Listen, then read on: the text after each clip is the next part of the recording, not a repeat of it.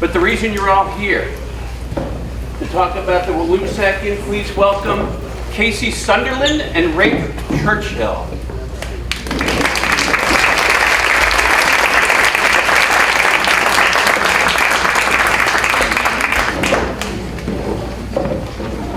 Are we in your way if we stay here, Casey? Yeah, all good.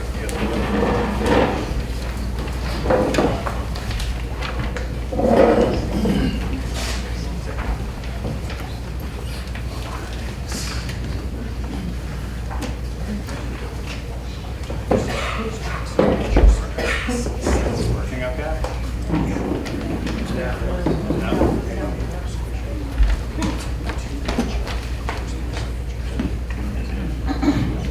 Now it's working? Yeah. All right. Cool. Well, thank you guys for having us. A special thanks to the trustees of the Village of Old Bennington for organizing. We're truly grateful and excited to be presenting to you guys tonight. So I'm Casey Sunderland. This is my business partner, Rafe Churchill. We, as was just said, we're the new proud owners of the Walloomsac Inn. And, we really want this to be an opportunity to hear from all of you, your thoughts, ideas, dreams for the future of the Walloomsac Inn, especially from, the residents of the Village of Old Bennington, who it will impact the most. So we'll begin with a brief introduction to who we are and outline our proposed plans, and then we'll open up the floor to discussion. Our goal tonight is not necessarily to answer all of the questions presented, but to really listen and to better understand sort of your hopes, concerns, perspectives, so we can refine and further develop our plan with your input in mind.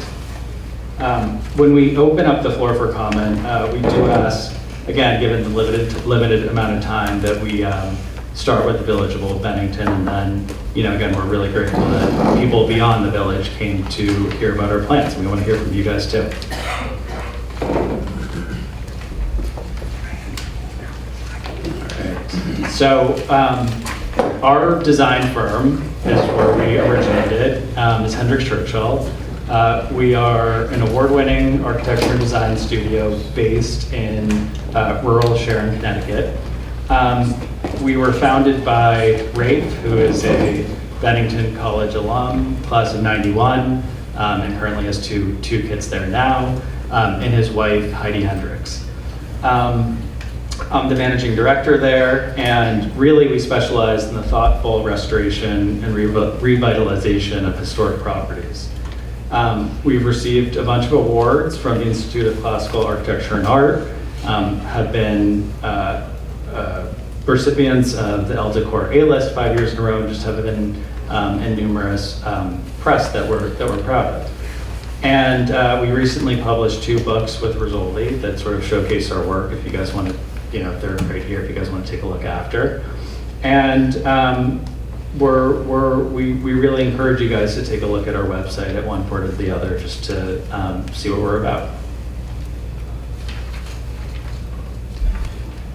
So, no historic renovation project is ever too complex, not even the Walloomsac. We've always sought out these historic buildings that others often overlook. And our goal is preservation over replacement, number one.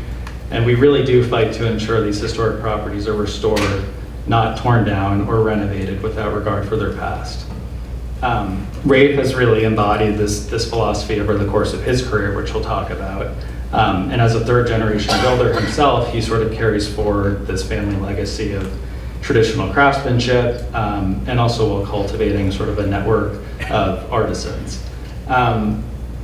We've sort of led ambitious preservation work, and Rafe in particular, revitalizing abandoned or neglected buildings along West Main Street in Sharon, Connecticut, in addition to our studio space in Salisbury, Connecticut.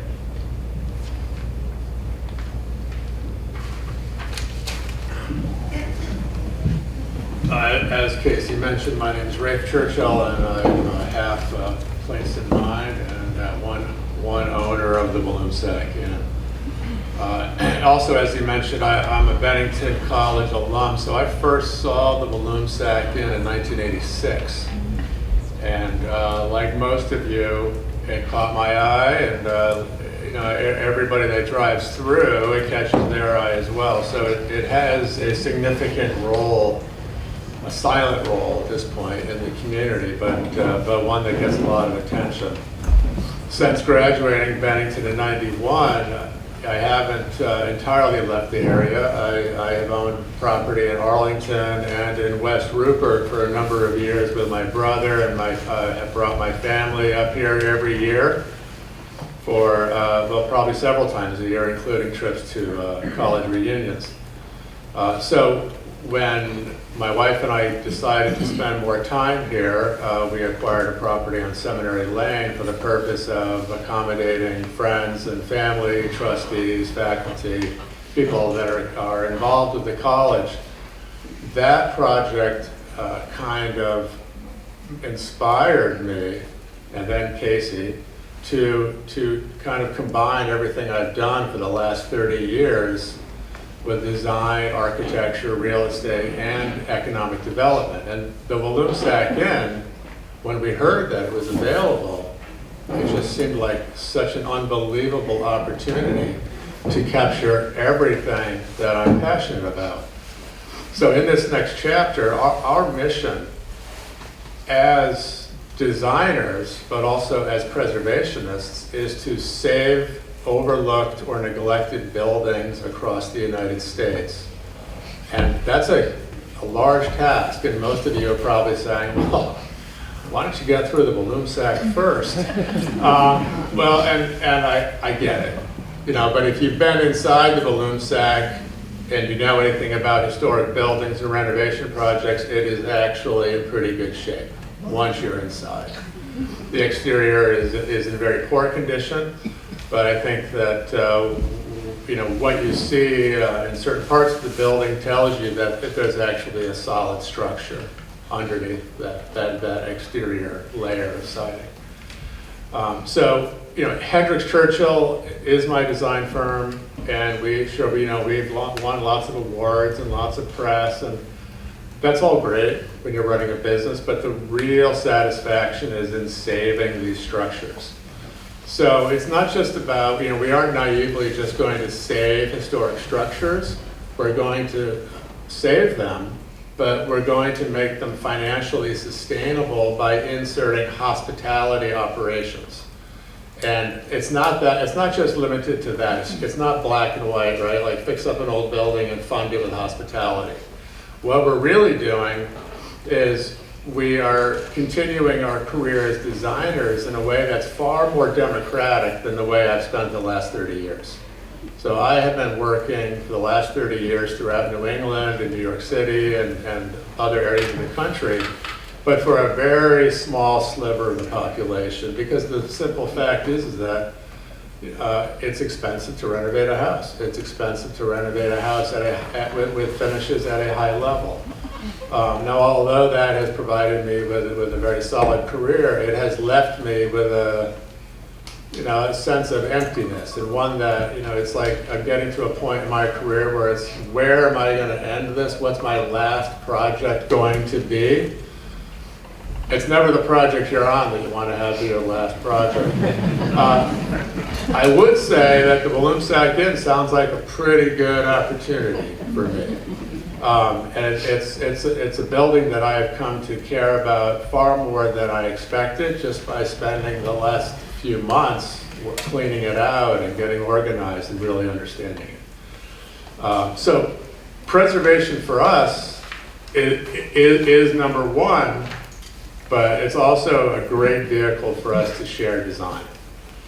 So as far as the history of the inn, it is difficult to sit here and say that we have a very keen understanding of the history of the inn, because we've overheard conversations. There are dates thrown out, and I think it's true You know, you can have conversations about American history, and you can have disagreements about certain dates. You can have a conversation about the Walloomsac Inn, and there will be some interpretations. So bear with me when I do discuss the dates, because we are still combing through the records and talking with locals who have grown up here, and we're all learning to understand this ourselves. But the inn was built in 1771, which makes it quite possibly the oldest inn in the state of Vermont.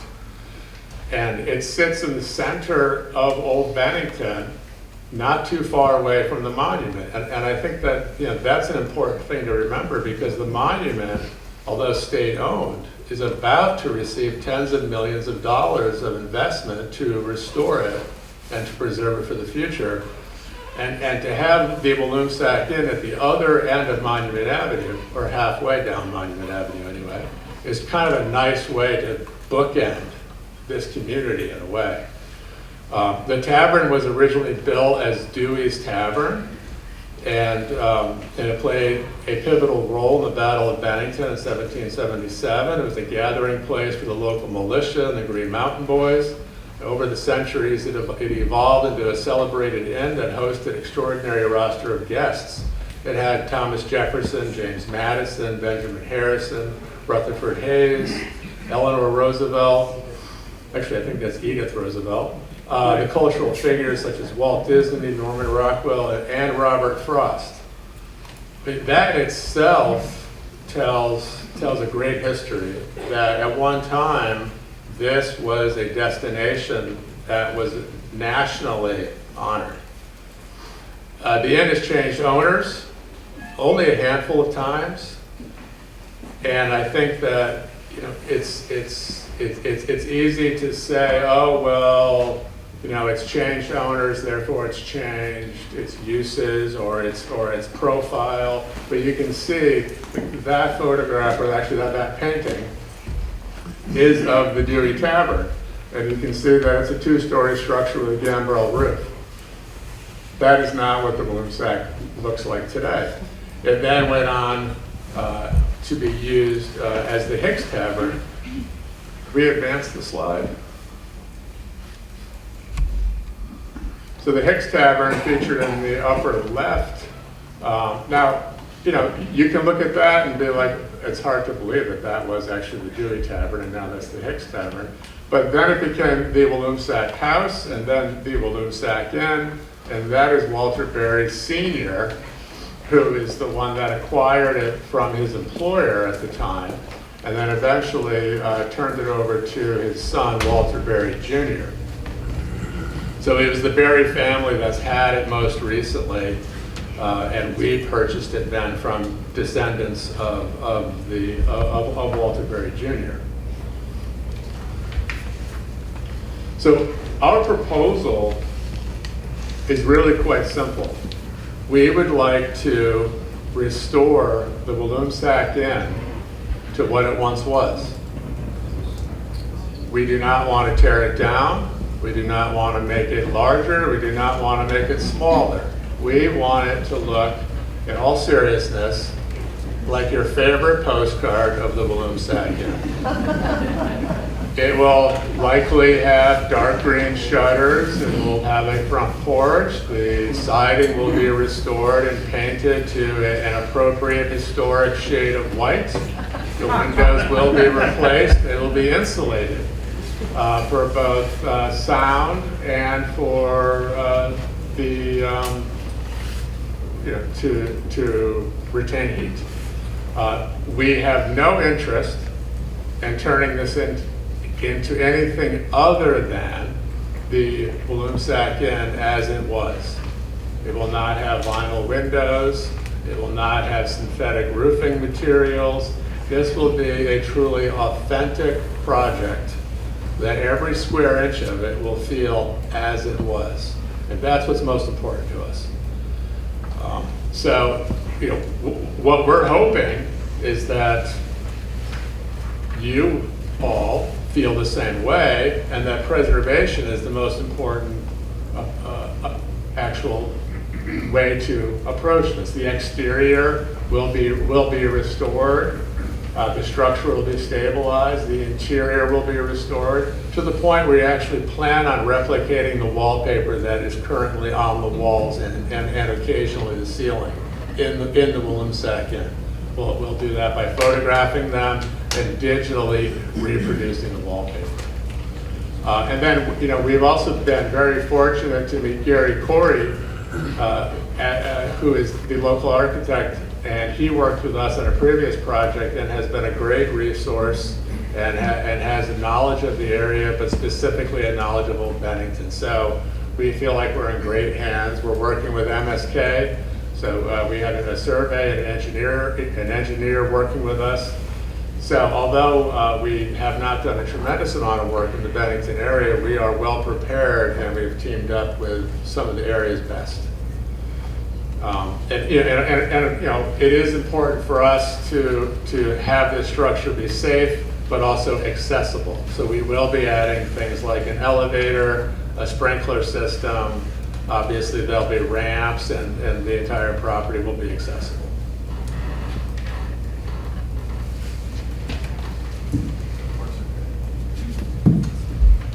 So for us, I mean, this is really a call to action to protect and restore this defining piece of Vermont history.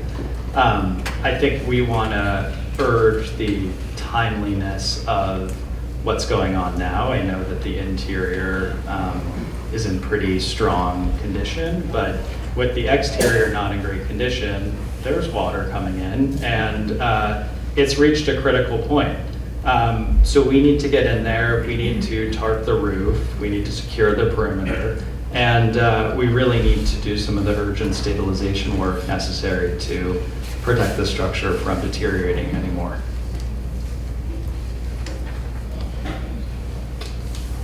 So finally, I mean, our approach is designed to respect the Walloomsac Inn's historic integrity while bringing it back to a fully functioning hospitality destination that serves and respects the local community, history enthusiasts, and travelers alike. Really, we want to open it up to questions, comments, and hear from you all. And you know, we won't necessarily, again, be answering all of these questions now, but we do want to take inventory, and we do want to hear your thoughts on this, because we want to hopefully hear that you're as excited as we are about this opportunity. So thank you.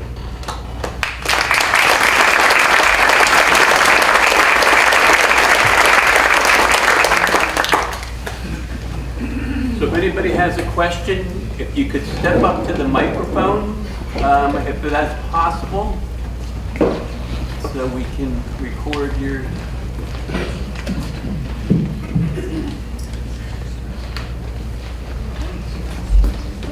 Hi. I want to thank you for doing this. I'm sorry. My name is Tom Blakely. Thank you. I can't read. Tom Blakely. I run through Old Bennington, have for the 11 years that I've lived here, and I go by the Walloomsac Inn several times a week in my run.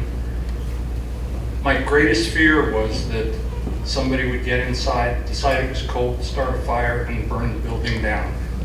And I'm so glad that you guys have come along to rescue this beautiful building. The question that comes up when I talk to people about this is, you're going to have guests there, they're going to drive, where are they going to park their cars? I don't know if you have any thoughts on that. Thank you. Yeah, thank you. Good question. Yeah, so again, we are in the process of putting together a parking plan now. It will be a hybrid of both on-site and off-site parking. Again, we don't want the entire backyard of the Walloomsac Inn to be a parking lot. So therefore, we're sort of looking at different sites right now, looking at different leasing options, and for staff, for different hotel guests. I mean, it might be a combination of valet and on-site parking. And we want to be mindful of accessibility as well, so making sure that those guests are prioritized for on-site parking. Well, I just want to echo the thanks. I think everyone in this community is thrilled. I look at this building every day when I drive up my little lane. So I'm thrilled to have people like you making the effort to do this, which I'm sure will be enormously expensive and time-consuming and everything else. My question is, once it's an inn, who will run it? Will it be your business? Will you subcontract with the company? How will that be organized? Oh, Chris Costello, sorry. Thank you. No, it's a great question. We will oversee the operations, but contract it to a third-party management company who we will oversee closely, make sure that they adhere to the standards, to the various conditions that we are going to set forward. And ultimately, we want to prioritize the guests, the community, and make sure that the operational team that we are going to have in place sort of adheres to all those standards.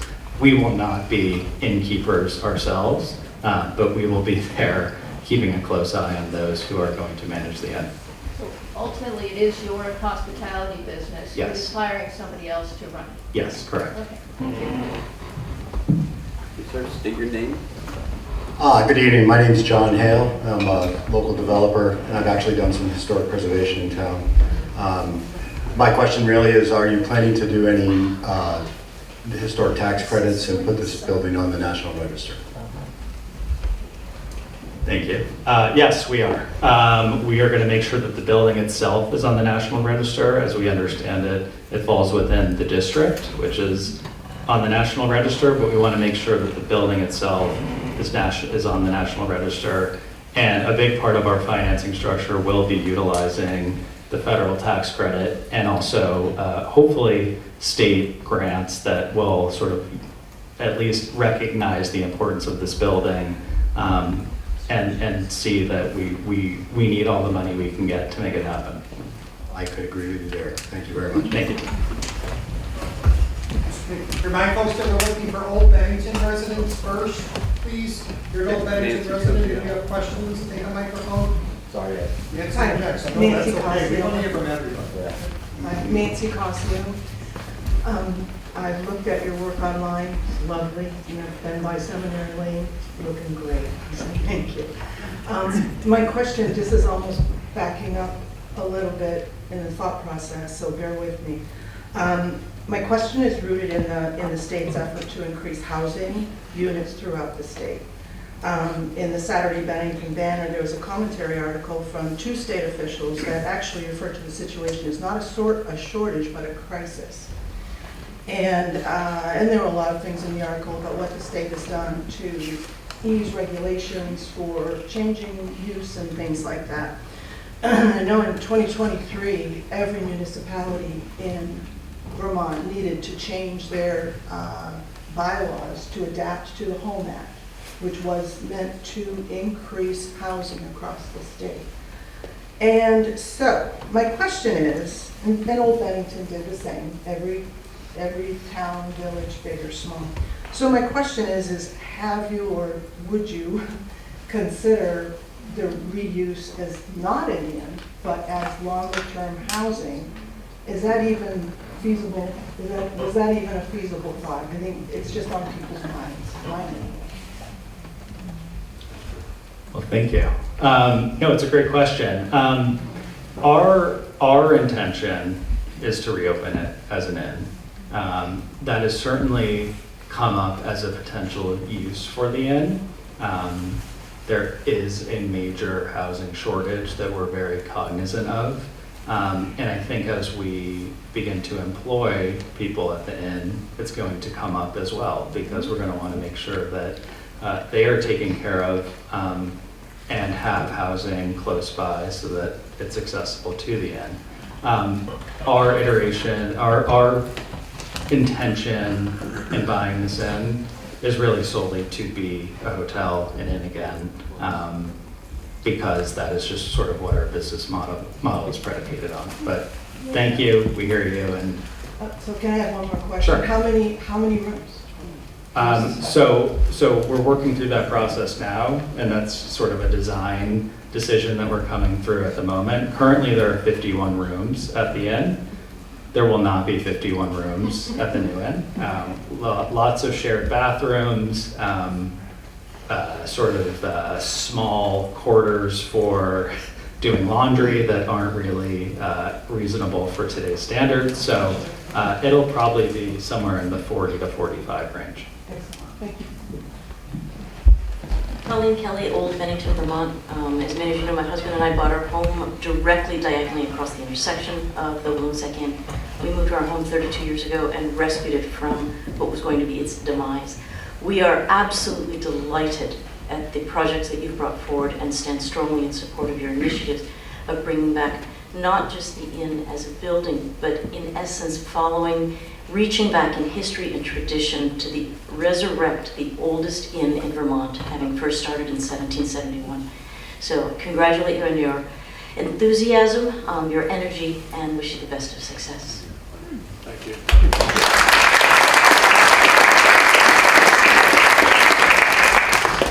So we're neighbors, and I'm going to echo what she said. You could identify yourself, please? My name is Mark Vaughn. Thank you, Mark. We live on Church Lane, which is probably the smallest road in Old Bennington. Welcome to the neighborhood. Thank you. Thank you very much. We're happy to have you, and we'd like to keep an eye on you as you go forward on this. That's a nice little corner that we live on, and we're going to have to probably work out a lot of stuff that goes into it and how we get around it and all that kind of stuff. But in the meantime, welcome. Thank you.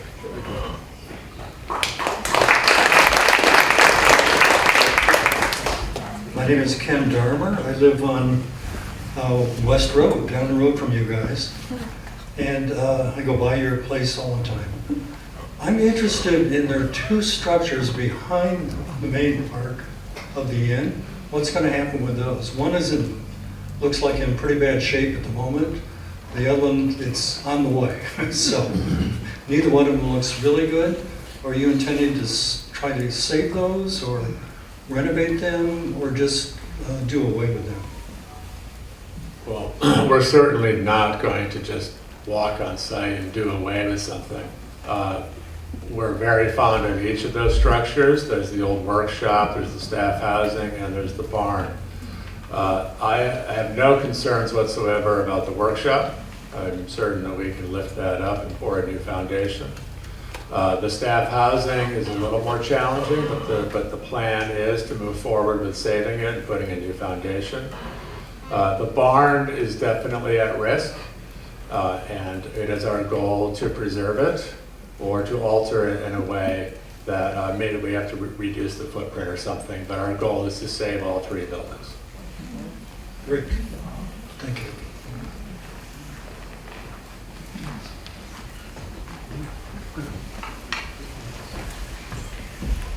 Anyone else from Old Bennington before we open it up? Good evening, Mo Kafka, 34 West Road, Old Bennington, immediately in front of the old seminary. I've had the pleasure of knowing the principals here since they first purchased the property on Seminary Lane, and their reputation had preceded them as excellent preservationists. I've watched the work on the former seminary and I'm very pleased with it. Full disclosure, I've worked in architectural preservation myself for 42 years, so I know what I'm looking at, and I have the highest confidence that this project will be impeccable. I'm absolutely delighted that a building that might have just collapsed or been burnt has someone here who wants to save it.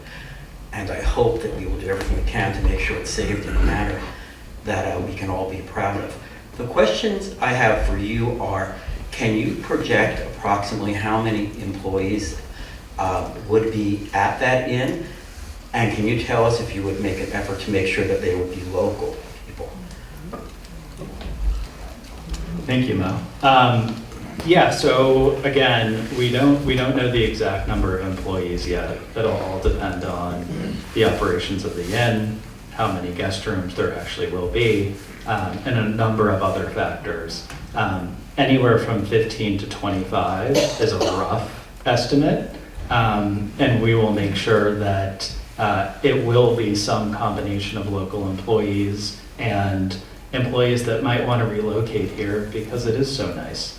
Our hope and desire is that there are certain folks from out of town who will see the opportunity here and especially move to the greater Bennington area so that we can hopefully help to continue to uplift the broader community at large. So, we want to use as many local folks as possible. They know the area better than anyone. And ultimately, the people that at least Rafe and I have come in contact with around Bennington, Old Bennington, North Bennington, have been lovely and really hospitable.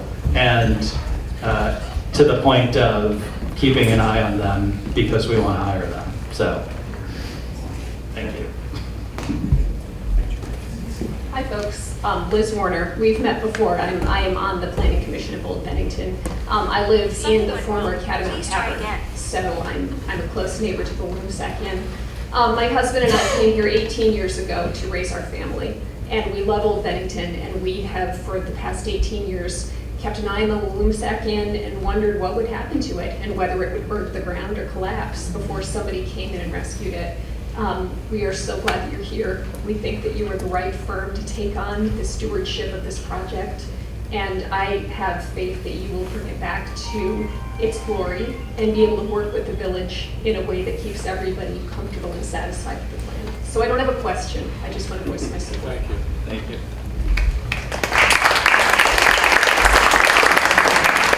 If there's no one else from Old Bennington, the floor is open to anyone who would like to ask Rafe and Casey a question. You made such a great presentation, they're all satisfied. Come on, let's challenge these guys. Rick DiDonato, Hoosick Falls, New York. What's your timeline? My big question. How long do you think this is going to take? That's a hard question. Well, there's a process. Yes. Permitting, fundraising, and construction. Construction-wise, I see it being maybe 18 to 22 months. Fundraising is already underway and going well, and permitting is an ongoing discussion. So if we can get everything worked out, design underway, construction starting in the spring, that would be fantastic. And then I would safely say about 20 months. Right. It may be 17,000 square feet, but like any project, you just got to take it apart, right, piece by piece, and it's the composition of the structure actually sets it up nicely for that. So do you have your own, and this is not just on my own behalf, but I used to be in village government in Hoosick Falls, and so I know how these conversations generally go. Do you have your own contractors that you generally work, or will you use local contractors to supplement to get some of this work done? Another question, obviously, being from Hoosick Falls, there's a broader community that has great interest in this project, and I really love the fact that you guys are taking this on in such a manner as you described tonight. It's, I think, what we all in the broader area are looking to see. And I'm also on the board that is restoring the woodblock in Hoosick Falls. And what we've done there is involve the community in sponsoring a window replacement and having professionals who restore windows come in and give classes to anybody who might be interested in learning that trade. Do you plan on doing anything like that? So we definitely have an interest in working with Vermont-based tradespeople, but we're not going to limit it to Vermont. Maybe, if it's 2 miles over into Hoosick, like why would we dismiss that person, right? Ultimately, we will be looking for a general contractor to run the project. I have owned construction companies in the past and am very well versed and experienced in the trades, hands-on and at a management level. But we do know what we're good at this point and where our attention should be. So we'll be hiring a contractor who, if it works out as well as we'd like, they would be Vermont-based. And then it would be up to them as to determine where they're drawing their labor pool from. As far as workshops, I don't know the answer to that. That would have a lot to do with timeline and the contractor, right? And whoever's controlling that site needs to be open to such a thing. We had a pretty good fundraising in Hoosick Falls for the wood block and having people sponsor windows. So we charge $700 is what it cost us to have a window restored. Right. And somebody, I realize that fundraising is going to be a big deal in this project too. And that's a good, people might want to sponsor a window. Yeah. And it's a good thing. We're definitely going to be looking at Vermont vendors, like Green Mountain Window or Woodstone Window. Those are companies that I've worked with for years. So they're definitely on our radar, and having done a lot of work in New England and using Vermont-based tradespeople and vendors, I think it's very reasonable to try to start with Vermont-based vendors. And as others have said, thank you very much for taking on. You bet. Thank you.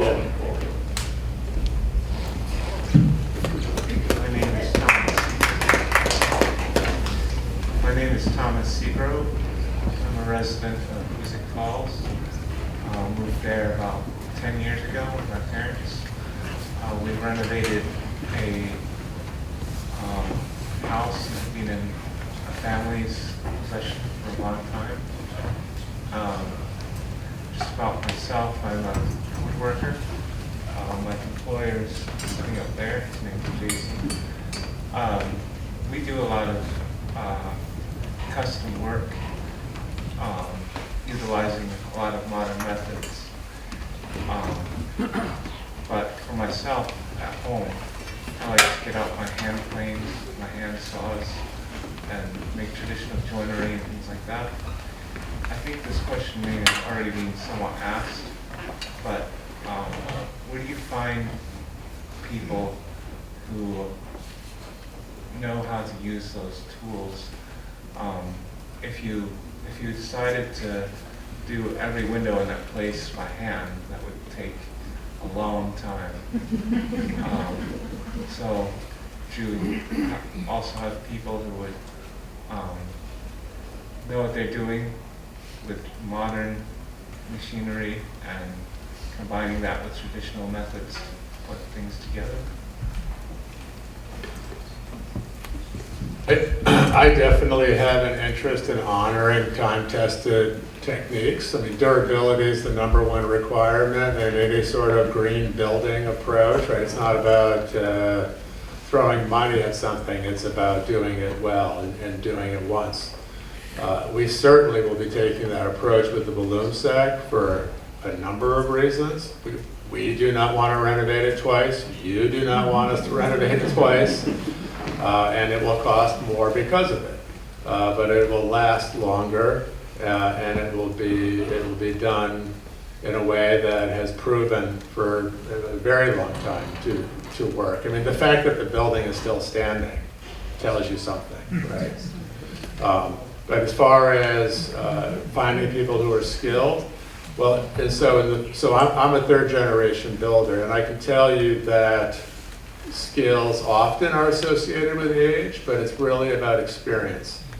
And I have found that some of the most skilled people happen to be those who have learned these new skills mid-career, right? Where we in fact have brought senior members of the team in, and they have instructed and educated younger people on the crew.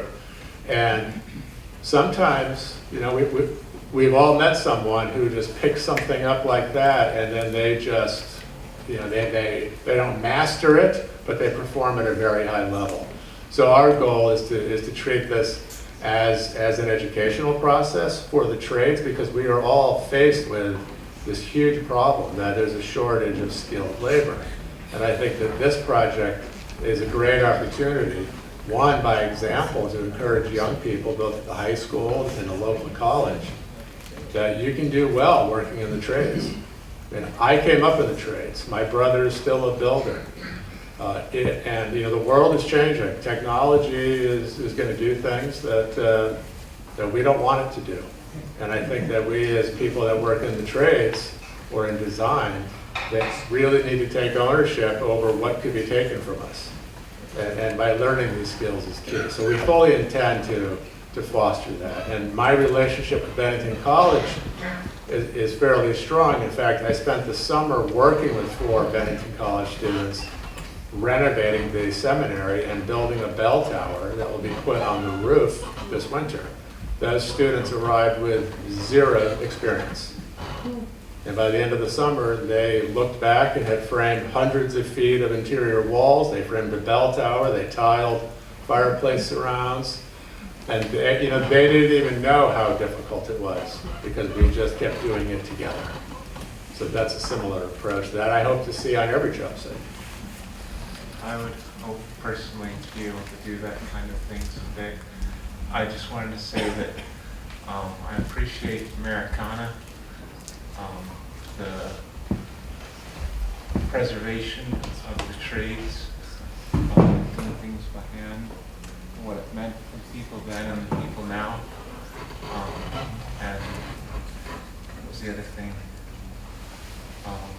I appreciate that you're taking that interest in this and want to do it at its best. Great, thank you. Thank you.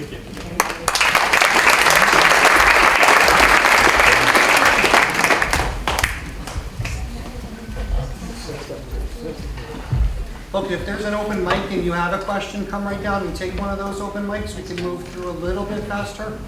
I noticed that this time of the night, people are warming up a little bit, so maybe there's a couple more questions we can take. So go stand next to a microphone if you have a question. Hi, Kim Corey. I'm not a TikToker or a YouTuber, but do you see that happening following the progression of the renovations? And I know a lot of people make money off of that. That might be part of fundraising, whatever money, a TikToker or a YouTuber could funnel your way. I like the way you're thinking. It's, I don't, whether it's a TikToker, a YouTuber, whomever, our goal is to document the process in some way or form. We understand, we almost feel like we're behind the ball of just not documenting what we've done so far, just cleaning it out, having amazing conversations with members of the community. I see Charles Dewey right there. People who live, breathe, and just know the history of this place. We want to be able to document in some way or form a narrative as we go through this entire process. We don't know what that's going to look like yet.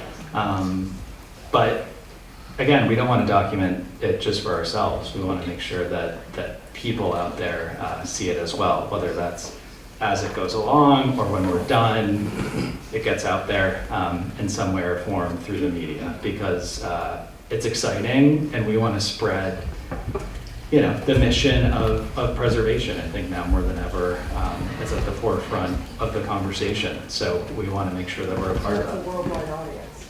Yeah, exactly. For the project. So again, TikTokers, I don't know. TikTokers. Sounds like another job. Yeah. Thank you very much. Thank you. We're glad you're here. Hi, my name is Wayne Goodman, resident of Bennington. You mentioned earlier, well, actually 2 questions. One of them is, during the process of your design and the development of your design, is there a way that you can share that process with the community similar to the way the Orchards is doing? The second question is, you mentioned earlier about funding and that you were chasing some state and federal funding. How big a part of your need is that funding? So in other words, if you don't get state funding, if you don't get federal funding, does that make it a non-starter, or can you just expand on that a little bit, please?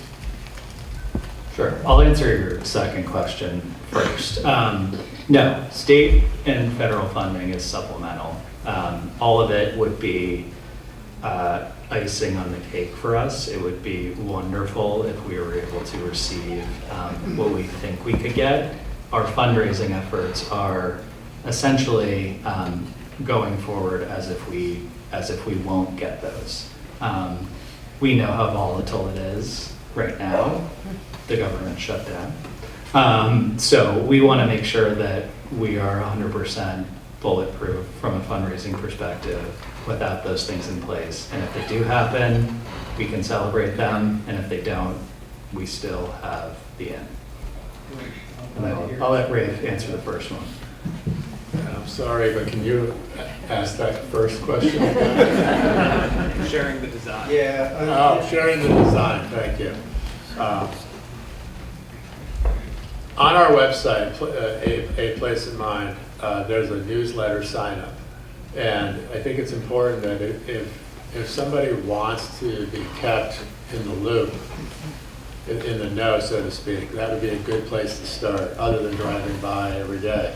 But we will be posting updates through a newsletter, and there will likely be updates on the website. So in the case of our website, it features a handful of properties that we are currently negotiating or have acquired, and each of those will be developed at a different pace and at a different time. So it is definitely our goal to keep people aware. Floor plans and things like that would likely be shared through the newsletter upon completion. Very unlikely that would be sort of a collaborative effort where we post and wait for feedback, but they will be available along with additional drawings and renderings. Okay, and a follow-on question relative to permitting. I am not a developer in Vermont, so I don't know whether do you come in under the requirement for Act 250 for your renovation for your permitting? Our property is smaller than 10 acres. Yeah. So that's the cutoff, is yeah. 10 acres? Yeah, it's just barely over an acre. Yeah. The only other thing is just a comment, besides fully supporting what you're doing, really supporting it. There was an earlier commentary about the possibility of offering some affordable housing. And the only comment I can really make to that is to go back to what you were talking about parking.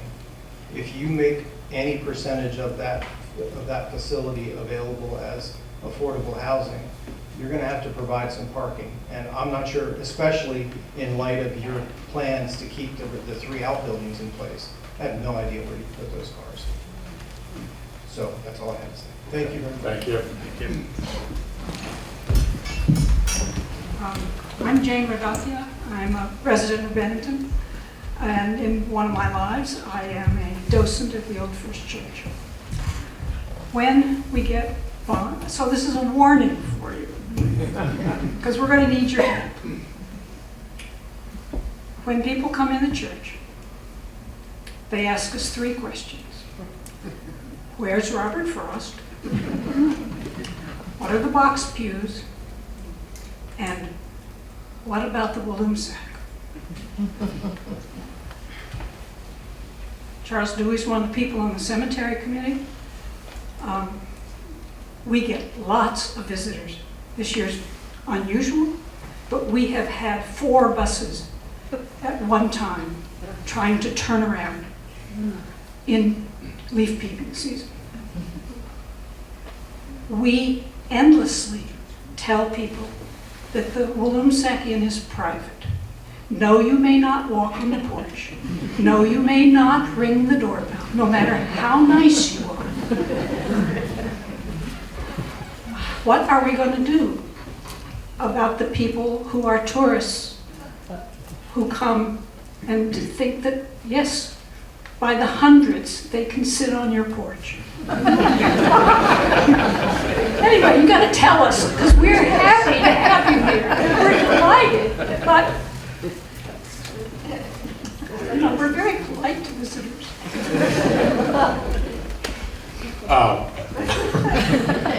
Well, during the construction phase, I think it would be best if they did not sit on it. And there will be fencing and measures like that taken for security and safety. When the hotel is up and running, There will be other reasons for people to want to visit other than to just sit on the porch. There will be a restaurant, there'll likely be a gift shop of some kind. So we would welcome that. We are not going to be asking for room keys to prove that they belong there. We've all enjoyed visiting a hotel we couldn't afford to stay at or didn't happen to stay at. So I think it would be nice. I mean, just when we had our open house very casually, back on October 5th, and even we were open on Halloween for the kids.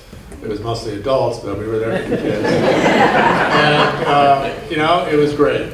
People were walking up onto the porch. People were reacting emotionally because they had not been able to stand on that porch. People who have grown up in Bennington and people who have moved here. But in general, it was considered a very rare opportunity to be able to stand on the front porch. So we're all for it.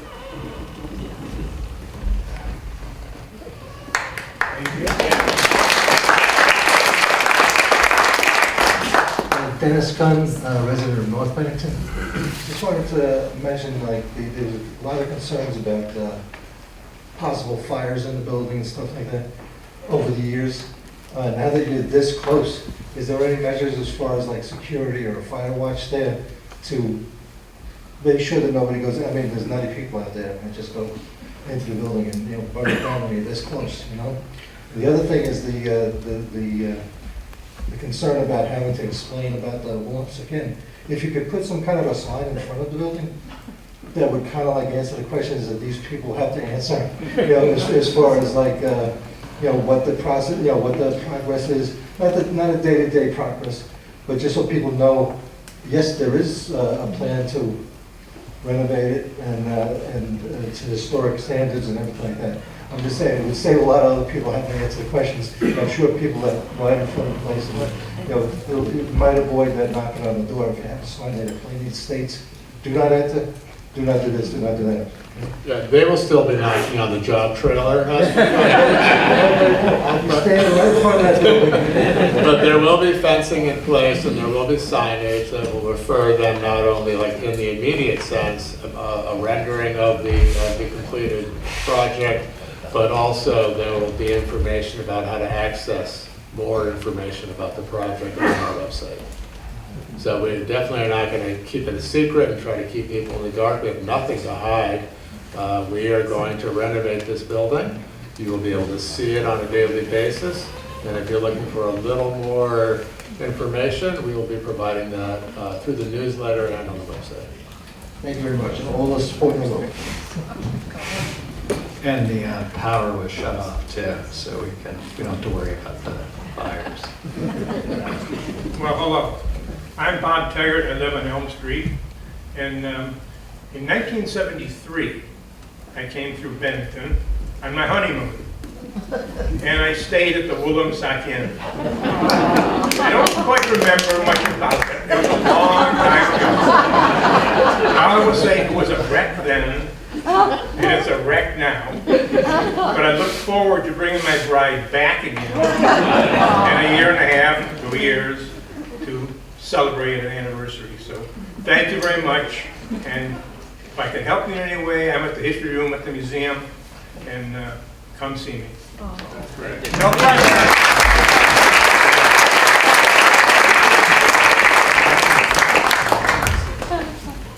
Susan Wright, I was there, now I'm here as a citizen. My concern is when they were repairing the steeple, they had that ugly orange fencing and cement blocks, and it was just really unattractive. I'm working hard to make it go away, as you know.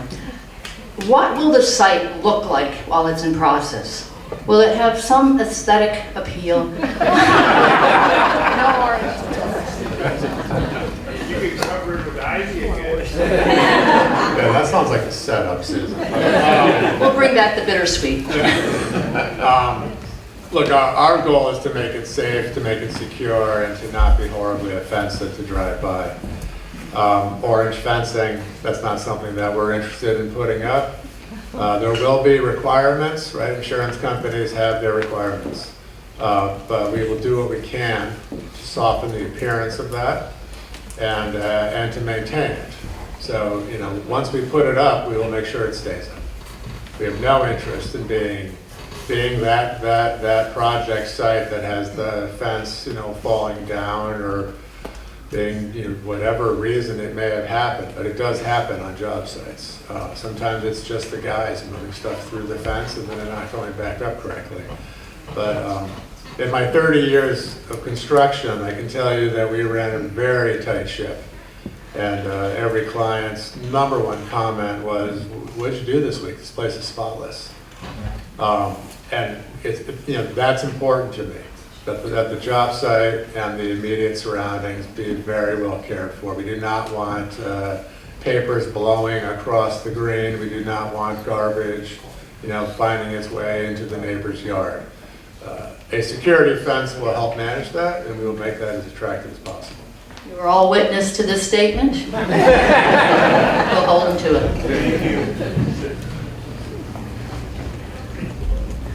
Hi, my name is Sandra, and I grew up here. I went to school with one of the Berry sisters, so I'm familiar with it from a very long standpoint. I wasn't here earlier when you guys started this, so I'm just curious. You've been talking about fundraising. We're not going to do state or federal. We can't count on that. What is your plan? Like, how do you foresee this fundraiser go? Sure, that's a great question. It is a mix of private investors and bank financing. So private investors in Vermont, or just All over any the place. all over the place? All over the place. People that we have individual relationships with. With a historic, they're interested in the history. Yes, and all of exactly. that. And particularly interested in this building, and it'll be a mix of people in Vermont and then likely other people in New England. Great.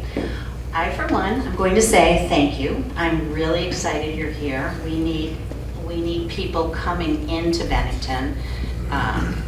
You know, but we need the tourists. We need them, and I'm sure, you know, this will attract them. It's such an amazing building, and it's great that people want to preserve it. So thank you. Thank you. Thank you.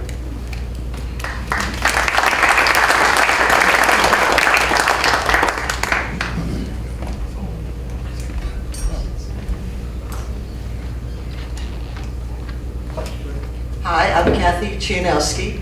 I have always heard a rumor that there's a large ballroom in the inn, and I'm wondering if you plan to keep it, and would that be for large events, like proms?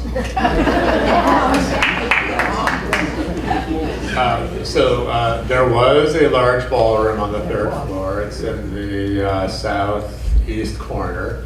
And there is still evidence of it if you look at the crown molding on the ceiling. But it has previously been infilled with additional rooms. So if you were to walk through and not aware of this crown molding that helps define the space, you would just think that there were more rooms. But no, the ballroom, it does not exist any longer. And it is worth mentioning that the ceiling is not especially high for a ballroom. But as far as proms go, that's probably for a later discussion. Also, I have also heard that underneath the wood is actually a brick structure. Is that true? So we've heard that as well, and I can tell you that the walls are not very thick. We have not begun our exploratory probes yet, so we will be cutting holes in the walls to determine what's inside. We do that on every project. I would be very surprised to find structural brick, but it's likely that there is brick that infills between framing members. That is possible. Thank you. And I often have gone by the Walloomsac very early in the morning, especially on foggy mornings, and I always look at it and think, I can't believe it's still there. So thank you, because it looks like it will be there for many years to come. Great, thank you.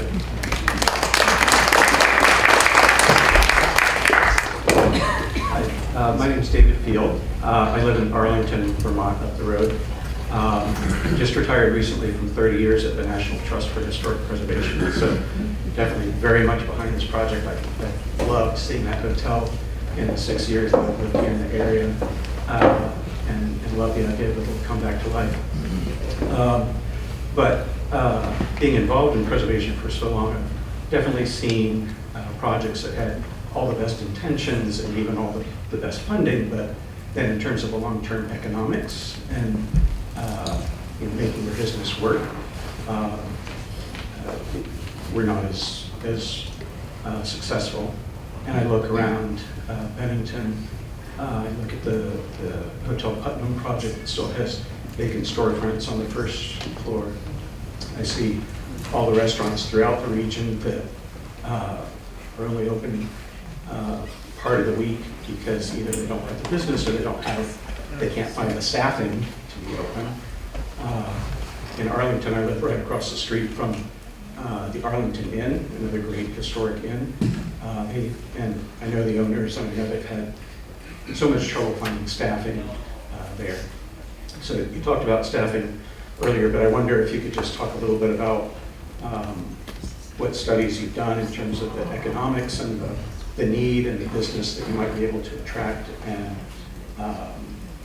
whether this will truly be a sustainable business in the long run. Thank you. That's a great question. Yes, and a lot of the studies in conjunction with studies that other developers have done in the region, including what's happening up at the Southern Vermont College campus, they feel and they know that Bennington and Southern Vermont in particular, there's a lot of unrealized potential when it comes to tourism.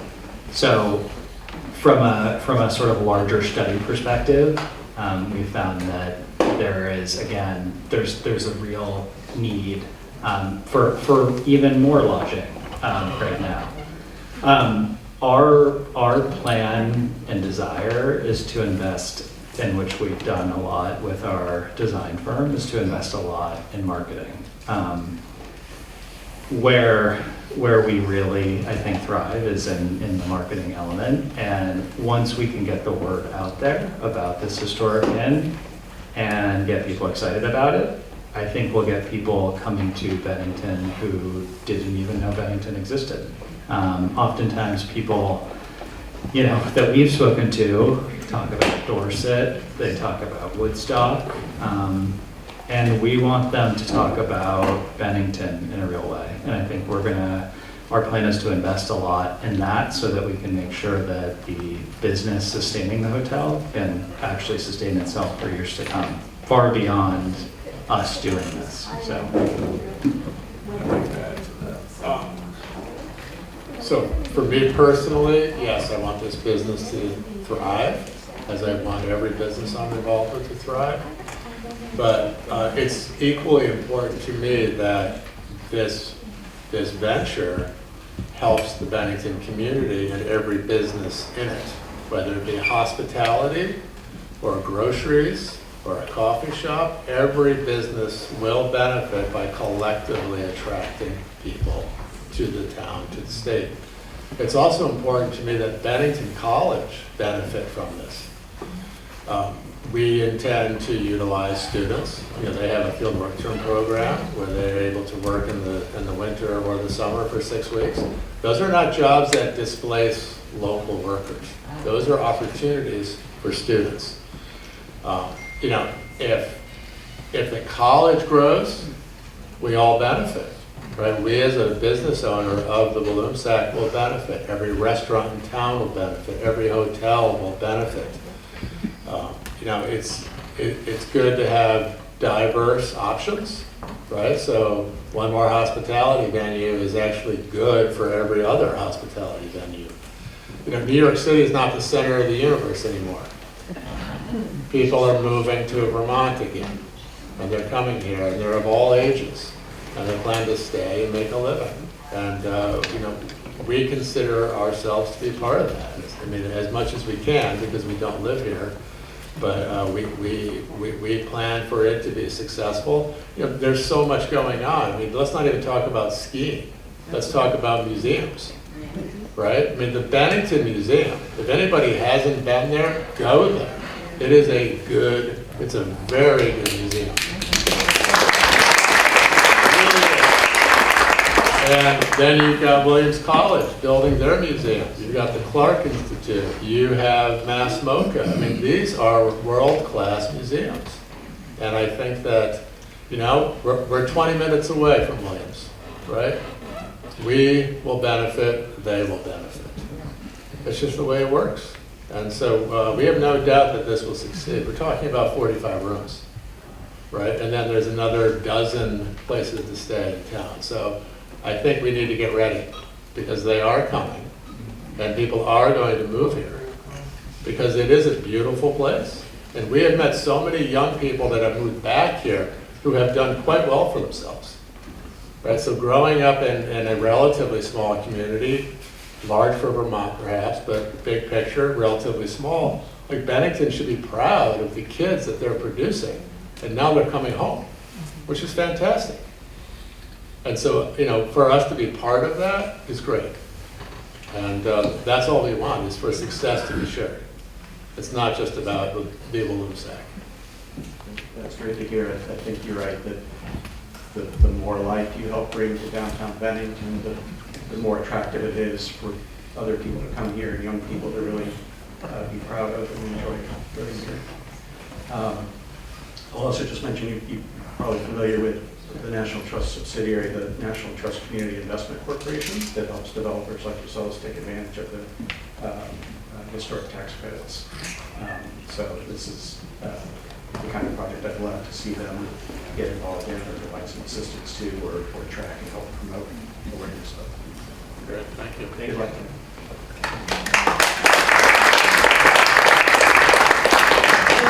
Open mics, if you're thinking about asking a question, come on down. And Anyone in the lobby have a question, feel free to come in.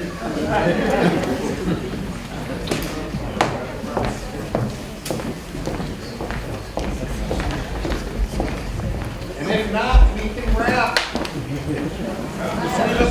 We got another question. We have questions on the mic. Hi, I'm Lexi. I know you're here. I have an interesting question. What will, I mean, can you project right now, what will it cost to rent a room in the future? Lexi, you could have asked me that. That has a lot to do with the room count and just the general program itself. So once permits are secured. Ray, we can't hear you. Thank you. Once permits are secured and the architectural process is started, we will have a much clearer understanding because we're building a financial model not around what's there today, but what will be there tomorrow. I just wonder, will it be something like the elite would only be able to stay at, or? The elite will be staying at the Southern Vermont campus. And they will enjoy themselves. I can get a day pass once in a while.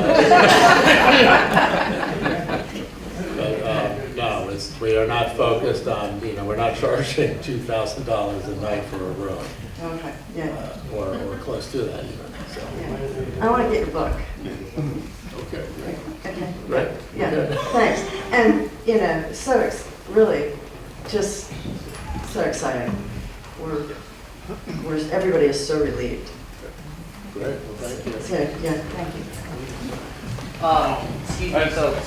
We have a question on the Zoom. A gentleman wanted to ask.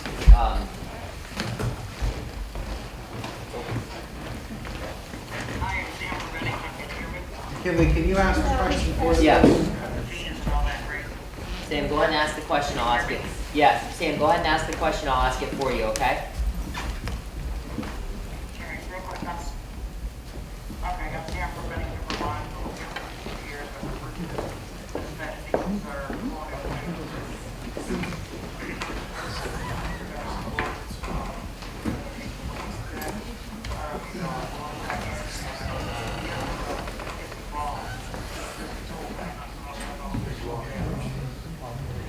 So Sam remarked that the Walloomsac Inn is a colonial Williamsburg, and he hopes that PBS gets involved and gets some footage in there.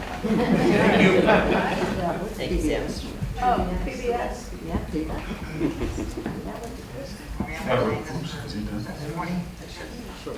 Anything all set for now?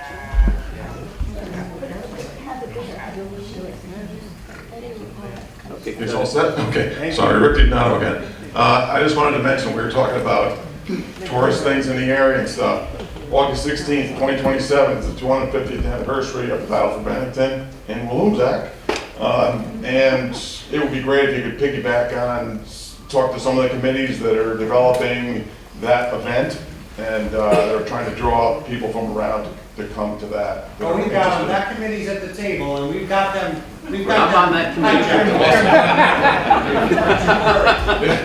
committee. So coincidentally, it's also the 250th anniversary of 200th anniversary of Who's Across New York at the same time. So there's a big effort to try to get a lot of people, and you could even have partially open for that event. It'd be great for us to promote that for you.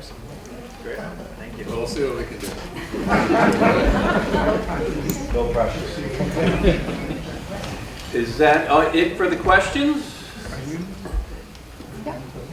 All right, well, I think I would like to thank Rafe and Casey for the presentation.